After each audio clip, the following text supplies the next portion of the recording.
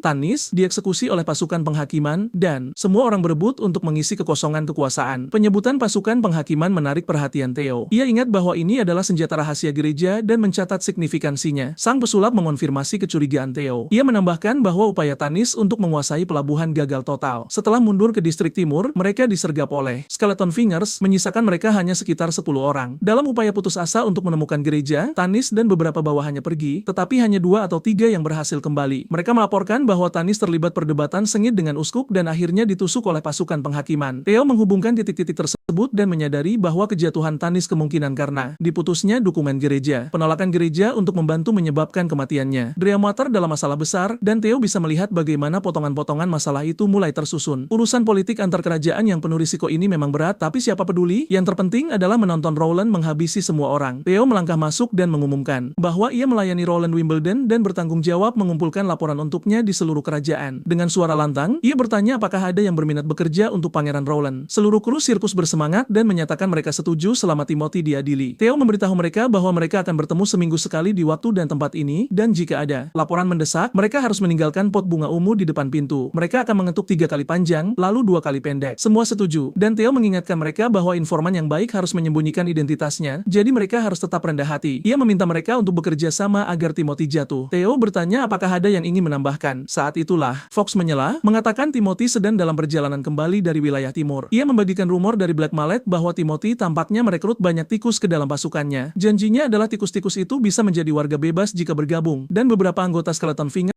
telah pergi ke ibu kota untuk mengeceknya, dan tampaknya itu benar. Theo dengan cepat menyadari bahwa tikus tidak bisa menjadi tentara sejati, jadi Timothy kemungkinan berencana menggunakan pil gereja untuk membuat mereka bertarung, seperti sebelumnya. Theo memberitahu semua orang untuk terus mengawasi para tikus dan melaporkan pembaruan apapun. Ini akan menjadi tugas pertama mereka. Adegan berikutnya membawa kita kembali ke Border Town, di mana kita melihat semua pengungsi berbaring, dan orang di loket mencatat semua informasi tentang setiap orang. Berdasarkan keahlian mereka, mereka ditugaskan ke sebuah pekerjaan. Seorang pengungsi kemudian datang ke depan meja, mengatakan ia buta huruf tetapi seorang pekerja kayu yang terampil. Petugas mulai menanyakan pertanyaan umum tentang pekerjaan itu, dan pria itu menjawab dengan percaya diri namun gugup. Jadi, resepsionis akhirnya memberinya formulir untuk diisi. Tepat saat itu, Pak Tua Barov datang dari belakang, dan dengan matanya yang sedingin es, ia bertanya kepada resepsionis mengapa mereka bekerja dengan sangat ceroboh. Kemudian, Barov menoleh ke arah pria yang mengaku pekerja kayu itu dan menyuruhnya menunjukkan tangannya. Pria itu dengan enggan memulurkannya. Barov menunjukkan bahwa jika pria ini benar-benar pekerja kayu, tangannya tidak akan sehalus itu. Seharusnya, tangan itu kasar karena menangani kayu dan bernoda hitam karena menggambar garis yang sulit untuk dibersihkan. Ditambah lagi, pria itu terus menghindari kontak mata, yang merupakan bukti nyata bahwa ia berbohong. Kebanyakan orang bertindak seperti itu ketika mereka mencoba mengingat sesuatu yang tidak pernah mereka alami. Pria yang mengaku pekerja kayu itu mulai panik setelah ketahuan. Dihadapkan dengan hukuman dikirim ke tambang atau diusir dari wilayah barat, Barov bertanya untuk terakhir kalinya apakah ia bisa mengonfirmasi ceritanya. Wajah pria itu memucat saat menyadari gawatnya situasi dan dengan cepat mulai membenturkan kepalanya ke lantai, mengaku bahwa ia mempelajari semuanya dengan mengamati tetangganya. Para penjaga membawa si penipu pergi, dan resepsionis yang kagum dengan wawasan Barov berkomentar tentang pengetahuannya yang mengesankan tentang pertukangan kayu. Barov menepis pujian itu, menjelaskan bahwa ia memperoleh keterampilan ini selama perekrutan di bulan-bulan iblis. Barov menasihati resepsionis untuk memperhatikan individu dengan cermat saat mereka menjawab pertanyaan. Hanya mereka yang menjawab dengan percaya diri dan akurat yang layak dievaluasi secara pribadi oleh pangeran. Ia juga menekankan untuk mencegah orang lain berbohong dengan memperingatkan mereka tentang hukuman berat. Kembali di kantor, Barov melaporkan kepada pangeran bahwa setiap pengungsi itu mahal, dan jika mereka tidak bekerja di Border Town setidaknya selama 1 dekade, mereka tidak akan menutupi biaya yang diperlukan untuk membawa mereka ke sini. Pangeran mengungkapkan rencananya, mengakui bahwa butuh 3 hari untuk memproses 6.000 pengungsi. Saat ini, perumahan di kota terbatas, jadi ia akan memprioritaskan 1.500 pengrajin terampil terlebih dahulu. Pengungsi lain tanpa keahlian harus tinggal di luar tembok selama 2 atau 3 bulan lagi. Pangeran menginstruksikan Barov untuk mengakomodasi semua pengrajin, terlepas dari apakah mereka sudah menikah atau belum. memastikan mereka setidaknya mendapatkan kamar. Barov bertanya apa yang harus dilakukan dengan rumah kosong setelah mengakomodasi para pengrajin. Pangeran menjawab bahwa mereka harus menyewakannya, memberi pengungsi alasan untuk bekerja keras dan menabung uang untuk membeli rumah tersebut atau terus menyewanya. Pangeran kemudian bertanya berapa banyak orang yang telah pergi sejak upacara di mana mereka memperkenalkan para penyihir kepada semua orang. Pak tua itu melaporkan bahwa 0 penduduk asli desa dan hanya 6 pekerja tani yang pergi. Ya, sepertinya itu kemenangan bagi pangeran kita. Mencatat bahwa rencananya untuk mendirikan teater telah meyakinkan banyak orang untuk menerima para penyihir. Namun, Pak tua itu menambahkan bahwa 110 pengungsi telah pergi karena ketakutan mereka terhadap penyihir, meskipun mereka dirawat oleh para penyihir itu sendiri. Pak tua itu menjadi marah dan menyarankan mengeksekusi mereka semua karena tidak menunjukkan keyakinan pada pangeran mereka dan untuk mencegah mereka kembali ke gereja. Tetapi pangeran menggelengkan kepalanya, menunjukkan bahwa pengikut gereja yang fanatik mungkin termasuk di antara 300 pengungsi yang bertahan di ibu kota meskipun ada wabah. Mereka terlalu keras kepala untuk mengubah pandangan mereka tentang penyihir. Yang mereka inginkan hanyalah pergi, dan ia tidak akan mulai mengeksekusi orang hanya karena keyakinan mereka ketinggalan zaman. Adegan bergeser ke kerumunan yang berkumpul, di mana pangeran mengungkap inovasi tak terduga, yaitu sepeda. Anggota inti kastil melihat benda roda 2 yang aneh itu dengan rasa ingin tahu. Satria Charter mengangkat alis dan berkomentar bahwa menjaga keseimbangan pada roda itu tampaknya sulit, dan mempertanyakan bagaimana itu bisa menggantikan kuda. Pangeran dengan santai menaiki sepeda itu dan mendemonstrasikan cara kerjanya. Saat ia bersepeda, ia dengan antusias menjelaskan bahwa ia berencana untuk memproduksi sepeda ini secara massal. Ia bahkan telah memanggil Sister Seraya untuk membuat sketsa posisi berkendara sehingga mereka dapat mengajari penduduk kota. Tujuannya adalah membuat moda transportasi baru ini dapat diakses oleh semua orang, menjanjikan bahwa rakyat jelata pun akan merasakan kemewahan ini dan hanya akan memakan biaya beberapa koin kerajaan. Kegembiraan pangeran menular dan ia jelas ingin melihat sepeda menjadi pemandangan umum di border town. Tak lama kemudian, Satria Charter memutuskan untuk mencoba sepeda itu sendiri. Ia benar-benar terkesan dengan desain rampingnya dan mengendarainya. Berkeliling dengan seringai lebar, bertanya kepada Sister Seraya apakah ia yang membuat gambar untuk posisi berkendaranya. Ia mengangguk dengan bangga, dan mata Charter melebar saat melihat lukisan dirinya yang mendetail dan tampan. Saat semua orang menikmati waktu mereka dengan penemuan baru, Pangeran Rowland memperhatikan dengan senyum puas. Ia kemudian mengalihkan perhatiannya kembali ke alkemis Kyle, siap untuk menyelami proyek besar berikutnya. Pangeran menjelaskan bahwa ia akan membutuhkan lebih banyak asam daripada yang dapat diproduksi laboratorium saat ini. Untuk mengatasinya, ia berencana merancang sistem kimia yang akan menghasilkan asam secara efisien dan dalam jumlah besar. Kyle tampak bingung, belum pernah mendengar sistem seperti itu sebelumnya. Rowland menjelaskan bahwa itu akan melibatkan beberapa mekanisme reaksi dengan produk yang mengalir terus-menerus selama mereka terus memasok bahan dasar. Kyle tertarik tetapi mengakui itu adalah wilayah baru baginya. Ia siap menghadapi tantangan dan bertekad untuk membuatnya berhasil. Rowland juga menyebutkan rencananya untuk memperluas ketiga laboratorium lagi di Sungai Redwater bulan depan dan membawa staf yang memenuhi syarat agar semuanya berjalan lancar. Di luar, Pak tua itu terjatuh saat ia mencoba sepeda untuk pertama kalinya. Ia membersihkan debunya, mendesah dan bergumam tentang bagaimana ia terlalu tua untuk hal semacam ini. Sementara itu, Pangeran Rowland berpikir dalam, merenungkan kemajuan persenjataan berkat terobosan terbaru mereka. Dengan merkuri fulminat baru yang beraksi, ia membutuhkan asam nitrat berasap dalam jumlah besar. Karena laboratoriumnya saat ini tidak dapat memenuhi permintaan, ia mempertimbangkan untuk meminta bantuan Sister Lucia. Karena satu-satunya cara untuk memenangkan perang yang akan datang lawan gereja, ia akan membutuhkan lebih dari sekadar beberapa meriam dan senjata api. Saat ia tenggelam dalam pemikiran ini, ia meraih ikan kering untuk dimakan. Sebelum ia sempat menggigit, Nick tinggal muncul dan dengan nakal memasukkan sepotong ikan goreng ke mulutnya. Gesturnya tak terduga dan disambut hangat, menariknya keluar dari kontemplasi mendalamnya. Adegan beralih keluar di mana pangeran memperkenalkan dirinya kepada anak-anak kecil ini dan memberi selamat kepada mereka karena menyelesaikan pendidikan dasar dan menjadi lulusan pertama kota tersebut. Anak-anak sangat gembira bisa berbicara langsung dengan pangeran dan kegembiraan mereka melampaui batas. Ia memuji Karo Von Bati atas perannya yang signifikan dalam pendidikan mereka dan mengumumkan bahwa semua orang akan menerima hadiah besar berdasarkan kinerja mereka, terlepas dari pilihan karir mereka. Anak-anak bersorak dan merayakan, senang dengan prospek masa depan yang cerah, dan mulai bermimpi tentang gaji baru mereka dan sepeda yang akan segera bisa mereka kendarai. Mereka dengan bersemangat mendiskusikan melamar posisi di balai kota, membayangkan kehidupan yang lebih baik ke depan. Pangeran kemudian memutuskan untuk membagikan gelar, menginstruksikan semua orang untuk maju ketika nama mereka dipanggil. Seorang gadis dengan ceria mendorong temannya untuk mengambil gelarnya terlebih dahulu. Bocah itu dengan enggan melangkah maju, dan pangeran menyerahkan gelarnya, memberi selamat kepadanya karena telah lulus. Merasakan lonjakan kepercayaan diri, bocah itu menyatakan keinginannya untuk mendaftar ke laboratorium kimia dan mengikuti jejak Kyle Sechi. Sementara itu, kembali ke kota suci, para uskup agung sedang dalam diskusi panas tentang Rowland. Pastor Maine terkejut mengetahui bahwa wabah yang disebarkan gereja disebabkan oleh iblis mikroskopis yang secara khusus khusus dibiarkan agar tidak terlihat. Ia tidak tahu bagaimana Rowland berhasil menyembuhkannya, mencurigai ia mungkin menggunakan sihir penyihir alih-alih obat suci. Mereka juga membahas busur silang jarak jauh yang dimiliki pasukan Rowland yang menembak tanpa henti. Pastor Maine ingat Pastor Tilo menyebutkan busur silang ini sebelumnya karena ia ditempatkan di benteng Longsong. Wahyu ini juga menjelaskan mengapa Dukrian dikalahkan oleh orang biasa dari Border Town. Para pemimpin gereja bingung dan khawatir tentang pengaruh dan kemampuan Rowland yang tumbuh. Pria tua lain di gereja benar-benar terkejut mengetahui bahwa penyihir mereka yang dikenal sebagai Vacheles telah terbunuh. Ia yakin Heather akan sangat marah ketika ia kembali dari ibu kota Everwinter karena penyihir murni sangat langka dan sangat mahal untuk dibesarkan. Lupakan itu, penyihir murni bahkan lebih berharga daripada pasukan penghakiman. Pak tua itu benar-benar marah setelah mendengar bahwa tentara Timothy menyergap gereja benteng Longsong dan membunuh kepala pendeta di tempat itu. Jika Anda tidak ingat, ini terjadi ketika Timothy mengirim tentara itu untuk menyerang Border Town setelah membuat mereka meminum pil gereja tersebut. Pastor Maine dengan cepat menyadari bahwa Timothy hanya ingin mencuri pil-pil yang disimpan di gereja. Namun, ia masih tidak percaya dengan keberanian Timothy untuk membunuh pemimpin gereja. Tapi, itu benar, seperti yang bisa saya ingat. Timothy memang mencuri 2000 pil itu dan memberikannya kepada pasukan orang biasa untuk menyerang Border Town. Setelah merenungkannya, Pastor Maine dengan cepat memahami bahwa Pangeran Rowland sebenarnya berencana untuk mendapatkan kelompok pengungsi ini sebagai tenaga kerja murah. Ia dapat mengatur penyihirnya untuk menyembuhkan mereka dan mengirim mereka ke wilayah barat. Pak tua itu setuju, mengatakan jika mereka tidak sedang melawan Wolfheart saat ini, gereja akan menghentikan Rowland segera. Dan yang terpenting, para penyihir di wilayah barat layak untuk dibersihkan. Tapi, Pastor Maine menyuruh reka lamanya untuk membaca surat ini sebelum marah-marah. Pak tua itu benar-benar terpesona menyadari bahwa sejumlah besar penyihir telah muncul di Teluk dan mereka telah menghancurkan semua gereja saat ini. Para pendeta, yang masih tidak tahu tentang keterlibatan Putri Tilly, bingung apakah para penyihir bermigrasi dari daratan ke laut. Tapi, Pastor Maine hanya mengangkat bahu dan mengatakan bahwa mereka jauh di laut dan seharusnya tidak memengaruhi rencana besar mereka. Misi gereja saat ini adalah mendapatkan lebih banyak tanah dan tenaga kerja untuk memperluas pasukan penghakiman mereka. Tampaknya para pendeta ini akhirnya mengakui pangeran keempat yang dulu bodoh dan konyol ini sebagai ancaman terbesar bagi gereja. Pastor Maine telah memutuskan untuk memimpin 100 tentara, pasukan penghakiman dan penyihir murni untuk memusnahkan wilayah barat secara permanen dan memutuskan untuk menangani para penyihir di laut nanti. Pak tua itu terkejut dengan gagasan Maine pergi sendiri, terutama karena pertempuran di Wolfheart masih berlangsung dan Heather belum kembali dari Everwinter. Tapi, seolah-olah sesuai isyarat, seorang tentara tiba dengan berita mendesak dari Heather. Ternyata, armada besar telah berlabuh di Everwinter dan banyak musuh menyerang ibu kota. Saat pesan dikirim, 2 gerbang kota sudah hilang. Uskup Agung Heather saat ini mencoba mempertahankan sebanyak yang ia bisa, tetapi ada terlalu banyak musuh dan mereka menggunakan pil berserkar. Semua kapal mengibarkan bendera hitam yang sama,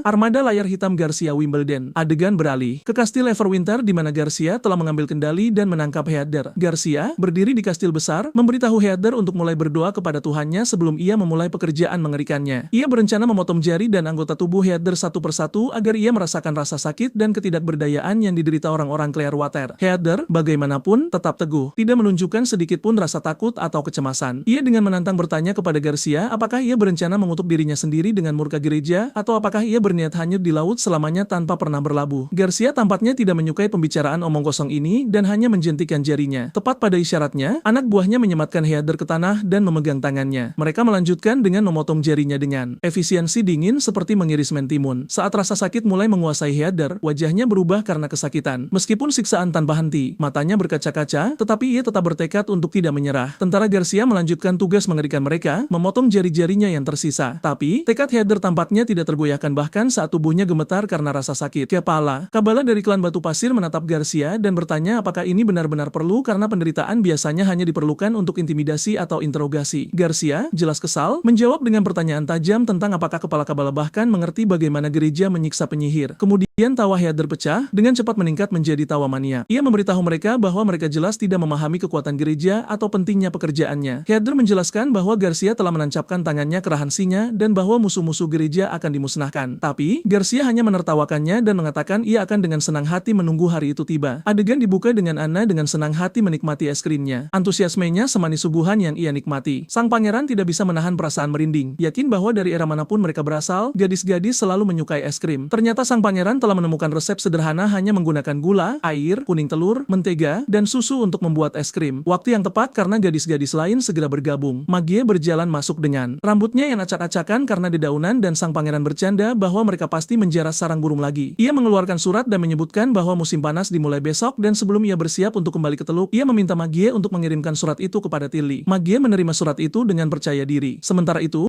Lightning ingat bahwa dengan akhir bulan yang mendekat, Magie akan segera meninggalkan istana. Sang pangeran kemudian memberi Lightning misi, mengungkapkan bahwa peta yang ia lihat adalah peta yang ia gambar sendiri. Ia bertanya apakah ia ingat pantai dangkal di dekat pegunungan. Lightning dengan cepat menunjuk ke titik di peta. Pangeran menyuruhnya untuk membawa Magie dan terbang ke sana, menanam dua bendera di tempat pantai bertemu dengan pegunungan dan menandainya di peta. Beralih ke Magie, ia menjelaskan bahwa jika Tilly setuju untuk mengirim para penyihir, Magie perlu memandu kapal ke titik ini di mana semua orang dari Border Town akan menyambut mereka dengan balon udara panas. Lightning berseri-seri dengan kebahagiaan saat ia menyadari bahwa lebih banyak penyihir tampaknya akan bergabung dengan Border Town segera. Pangeran mengangguk dengan percaya diri, mengatakan ia percaya pada adiknya dan bahwa ia akhirnya akan bergabung dengannya. Tak lama kemudian kita melihat balon-balon membubung di udara. Semua gadis benar-benar kagum melihat mereka benar-benar terbang. Pangeran menamai balon itu Overlock dan Anna memberikan semua pujian kepada Saraya karena membantu melukisnya. Pangeran setuju, mengatakan kelengketan Cat itu luar biasa karena harus melekat erat pada lapisan dasar untuk mendukung balon sebesar itu. Jika tidak, ia tidak akan mampu menahan tekanan dan ketegangan. Sang pangeran dengan cepat mulai membayangkan bahwa karena ia telah memperoleh motor DC, ia dapat menggunakan air elektrolisis untuk membuat gas hidrogen. Tidak akan lama sebelum ia bisa membangun kapal udara Zeppelin yang terkenal. Selama ia bisa menemukan bahan ringan untuk rangka, monster seperti ini bisa membubung ribuan meter di atas tanah. Meskipun kelayakan menjatuhkan bom dari ketinggian tersebut dipertanyakan, sangat mendebarkan memikirkan menyerang kota suci gereja melalui darat, laut, dan udara secara bersamaan. Gadis-gadis itu memperhatikan sang pangeran tersenyum dan Lily menunjukkan bahwa ia mungkin bersemangat tentang prospek penyihir baru. Pangeran terus menyeringai, jelas menikmati kegembiraan akan kemungkinan baru. Wendy, sementara itu, terpesona bahwa Putri Tilly dan teman-temannya berhasil mengumpulkan begitu banyak penyihir di Pulau Tidur. Pangeran mengangguk, menambahkan bahwa Tilly tidak hanya menarik penyihir dari Grey Castle, ia juga mengundang penyihir dari 3 kerajaan lainnya. Ia bahkan berpikir, ia mungkin telah berdiskusi dengan asosiasi penyihir tua di beberapa titik. Wendy menyebutkan bahwa Cara, mantan pemimpin mereka, tidak pernah menyebutkan apapun tentang Tilly. Tapi, Pangeran menunjukkan bahwa jika Cara mengungkapkan undangan Tilly, tidak ada penyihir yang akan bergabung dengan pencarian Cara untuk Gunung Suci. Wendy setuju, mengatakan bahwa kejadian tak terduga ini sebenarnya berhasil demi keuntungan mereka. Mereka sekarang hidup dengan pangeran yang sangat rendah hati sambil menikmati kehidupan yang cukup mewah. Lily, yang selalu sombong, ikut berkomentar menyarankan bahwa penyihir Teluk Mungki lebih baik karena ada begitu banyak penyihir di sekitar, membuatnya lebih mudah untuk berjalan melalui kota tanpa merasa cemas. Saat candaan mereka berlanjut dan tawa memenuhi udara, dan saat itulah perhatian Rowland, suasana mendadak terasa canggung. Sang pangeran tak bisa menahan diri untuk tidak memerhatikan sepasang aset Wendy yang cukup menonjol. Di kemudian hari, sang pangeran duduk di kantornya, merenungkan fakta bahwa wanita dengan dada besar sering mengalami sakit bahu, dan itulah alasan korset diciptakan. Meski belum terbukti secara ilmiah, ia merasa ini ide bagus untuk menciptakan pakaian dalam tersebut. Ia berpikir tentang bagaimana Anna nantinya saat beranjak dewasa, mungkin akan menghadapi masalah serupa, dan ia lebih suka mencegah masalah payudara kendur. Ia pun mulai mendesain bra, menandai lompatan inovasi lainnya di era kuno ini. Keesokan harinya, balon itu kembali membubung tinggi ke langit. Kali ini, penumpangnya bukan hanya para penyihir, melainkan juga Margaret dan seorang pedagang. Mereka semua merasa sangat antusias dan takjub karena ini adalah pengalaman terbang pertama mereka. Lightning menyebutkan bahwa ia telah menjelajahi area tersebut dan menandainya di peta. Margaret memberikan jempol sebagai apresiasi atas kerja kerasnya. Sang pangeran menoleh ke arah pedagang Marlon, menggodanya apakah ia akan mengompol karena takut akan ketinggian. Marlon mengakui bahwa pemandangan dari ketinggian memang sangat menakutkan dan ia merasa berada di ambang serangan panik. Pangeran memintanya untuk tenang, menjelaskan bahwa itu adalah respons alami bagi seseorang yang baru pertama kalinya tidak memijat tanah, mirip dengan orang yang mabuk laut pada pelayaran kapal perdana mereka. Sementara itu, Margaret terpesona oleh balon raksasa tersebut, tetapi Marlon tetap skeptis. Ia bertanya-tanya apakah para penyihir mengendalikannya dengan kekuatan sihir mereka. Namun, si Piran dengan tenang mengoreksinya, mengatakan bahwa Anna hanya mengelola apinya, dan balon itu terbang karena selama terus disuplai udara panas, ia akan naik secara alami. Sang pangeran setuju dan menambahkan bahwa udara panas naik dan udara dingin turun. Itulah sebabnya disebut balon udara panas. Mereka terus mengobrol tentang topik ini dan hal-hal acak lainnya. Akhirnya, Margaret menyatakan ketertarikannya untuk membeli beberapa balon udara dari sang pangeran. Ia menyebutkan bahwa balon-balon itu tidak perlu besar, cukup untuk membawa satu orang saja. Pangeran dengan cepat menangkap tujuan penggunaan balon tersebut oleh Margaret. Margaret mengonfirmasi bahwa jika ia memasang balon udara kecil itu di kapal mereka, para pengamat bisa melihat bajak laut dari jarak jauh karena bajak laut adalah ancaman yang jauh lebih besar bagi para pedagang daripada badai atau tornado. Pangeran menyeringai dan memberitahunya bahwa harganya tidak akan murah, memperkirakan akan mencapai ribuan koin emas royal. Margaret setuju untuk langsung membayar 1000 koin emas royal untuk satu balon. Ia berjanji jika balon-balon ini populer, setiap pedagang di Teluk akan sangat ingin membeli 1 atau 2 untuk diri mereka sendiri. Pedagang lainnya mengangguk setuju, mencatat bahwa meskipun ia belum sepenuhnya terbiasa dengan ide tersebut, jelas bahwa ini bisa menjadi alat eksplorasi yang krusial bagi Serikat Dagang Crescent Moon. Jika sang pangeran bisa memproduksinya, ia yakin semua semua orang di Teluk akan ingin membelinya, bahkan jika harus membayar harga premium. Pangeran pun mulai menghitung potensi keuntungan, menyadari bahwa maring keuntungannya hampir 500% dari biaya produksi. Ditambah lagi, karena ia berencana menggunakan gas hidrogen agar balon bisa terbang, para pelanggan harus membawanya kembali ke Border Town untuk pengisian ulang, menciptakan sumber pendapatan lainnya. Ia hampir bisa melihat dirinya berenang di tumpukan koin emas dari balon-balon ini. Ia ingat saat seluruh anggaran kota hanya beberapa ratus koin emas, dan kini ia berada di ambang menghasilkan ribuan koin hanya dari satu balon. Seperti yang bisa dibayangkan, ia menjabat tangan mereka dan segera meresmikan kesepakatan itu. Sementara itu, di wilayah George, Ash terkejut bahwa Rowland memilih salah satu penyihir yang dikenal sebagai Sylvie. Ia bertanya-tanya apakah Rowland tidak khawatir identitasnya akan terbongkar, mengingat Sylvie bisa dengan mudah mendeteksi kebohongan dan melihat menembus identitas palsu. Putri Tilly, di sisi lain, juga tidak mengetahui detailnya dan berspekulasi bahwa mungkin Rowland tidak peduli untuk menyembunyikan identitasnya dan hanya ingin bekerja sama dengan mereka secara jujur. Ash kemudian mengemukakan kemungkinan lain. Bagaimana jika Rowland sebenarnya adalah kakaknya? Jika itu masalahnya, ia mungkin tidak khawatir sama sekali dengan kemampuan Sylvie. Putri Tilly merasa kemungkinannya kecil karena ia sangat mengenal kakaknya dengan baik. Rowland Wimbledon tidak akan pernah melawan gereja demi para penyihir. Ia selalu lebih ahli dalam melarikan diri dari tantangan atau masalah, bahkan ia sempat memprotes ketika raja mengirimnya ke Border Town. Ash kemudian bertanya apakah mengirim penyihir mereka ke barat benar-benar diperlukan. Tilly meyakinkannya bahwa itu baik-baik saja, tetapi Ash mengingatkan bahwa Sister Lotus adalah salah satu penyihir paling penting di Pulau Slumber. Tanpa kemampuan transformasinya, akan sulit untuk memperbaiki rumah lumpur yang rusak atau membuat perubahan signifikan pada geografi pulau. Sister Honey juga krusial. Ia bisa memerintahkan elang untuk menangkap ikan, memastikan semua orang menikmati hidangan laut yang lezat. Ash menyarankan untuk menolak permintaan itu dan menggantinya dengan penyihir yang kurang berguna. Saat itulah kesabaran Putri Tilly habis. Ia berdiri secara dramatis dan dengan dingin memberitahu Ash bahwa ia mengirim para penyihir ke Border Town untuk membentuk aliansi dan tidak akan mengacaukan kesempatan ini. Ia mengingatkan bahwa mereka sedang menciptakan tempat perlindungan bagi semua penyihir, dan ia lebih suka tidak melabeli siapapun sebagai berguna atau tidak berguna. Ash dengan cepat berlutut meminta maaf karena mempertanyakan niat sang putri. Tilly mengingatkan temannya bahwa Rowland memilih para penyihir ini dari ratusan orang, termasuk Evelyn dan Candle, yang dianggap sebagai yang paling tidak berguna. Ia bertanya mengapa Rowland memilih mereka jika mereka benar-benar tidak berguna. Ia yakin bahwa bekerja dengan para penyihir ini akan membantu mereka memahami pilihan Rowland dan bagaimana ia berencana menggunakan kekuatan mereka. Tilly menegaskan bahwa para penyihir bukan sekadar alat dan memperingatkan Ash untuk tidak mengatakannya lagi. Ash mengakui kesalahannya dan setuju. Tilly juga ingin buku-buku yang mereka temukan di reruntuhan diterjemahkan secepat mungkin. Ia merasa tidak tenang setelah kunjungan terakhirnya ke reruntuhan dan mendengar bahwa asosiasi lama dimulai di kota Sabrese dengan reruntuhan di hutan timur. Ia berharap jika teks di buku-buku itu cocok dengan yang ditemukan di kedua lokasi, mungkin itu akan mengungkap suatu hubungan. Ya, sepertinya Tilly benar sekali. Mantan pemimpin asosiasi penyihir, Cara, memiliki buku menyeramkan itu yang ia gunakan dalam pencariannya untuk menemukan Gunung Suci, tetapi ia akhirnya dibunuh oleh iblis. Tilly kemudian meminta maaf kepada Ash karena telah memarahinya begitu keras. Meskipun ia tetap tidak setuju dengan pelabelan penyihir sebagai tidak berguna, ia mengakui bahwa jika Lotus pergi terlalu lama, itu akan memengaruhi pulau. Tilly berencana agar Lotus kembali ke Teluk sebelum musim dingin tiba. Sebagai gantinya, ia akan mengirim beberapa penyihir tempur ke Border Town untuk menangkal monster dan serangan iblis selama berbulan-bulan. Ia cukup yakin bahwa Ash juga akan pergi bersamanya ke Border Town selama musim dingin. Dan tentu saja, wanita tinggi berbekas luka kita ini segera setuju untuk ikut bersama Putri Tilly. Lagi pula, hubungan mereka tampak lebih seperti pasangan yang penuh kasih daripada sekadar kawan seperjuangan.